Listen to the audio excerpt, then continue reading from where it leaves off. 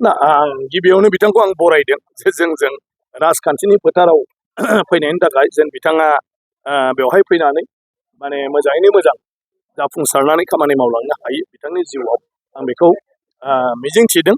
मोनसेया जाहैबाय समाजारि माने जिउआव थानाय मानसिया जेब्लायबो जोबथारनाय बुब्लिथिं राजखान्थियारि भाबै बेवहाय माने मा होनो सोमोन्दो थानांगौ जाहैयो। मानो होननानै बुङोब्ला समाजनि खामानि मावग्रा मानसिनि खामानिया मालाबाबो जोबा आरो समाजनि बायदिसिना जेंनाफ्राव माने जनानै थानो हाया। गतिके मानाव गेदेर दिपेन बर' बिथाङाबो निस्सय गावनि बेक्तिगत जिबनाव बेफोर बाथ्राखौ साननानैनो राजखान्थि फारसे आगान सुरनो नागिरदों।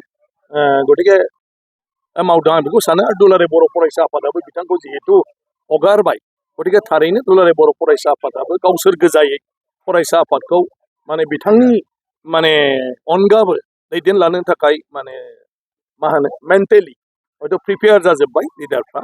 गतिके बे हिसाबै आं सानो गासिबो जुदि माने मेन्टेलि मानसिक भाबै माने प्रस्तुत जाखायोब्ला आं सानो फरायसा आफादाबो सोलिलांगोन मोजाङै आरो दिपेन बर' बिथाङाबो गावनि जिउआव माने राजनैतिक जिउखौ मोजाङै मोजां माने जाफुंसार होलांनो हागोन।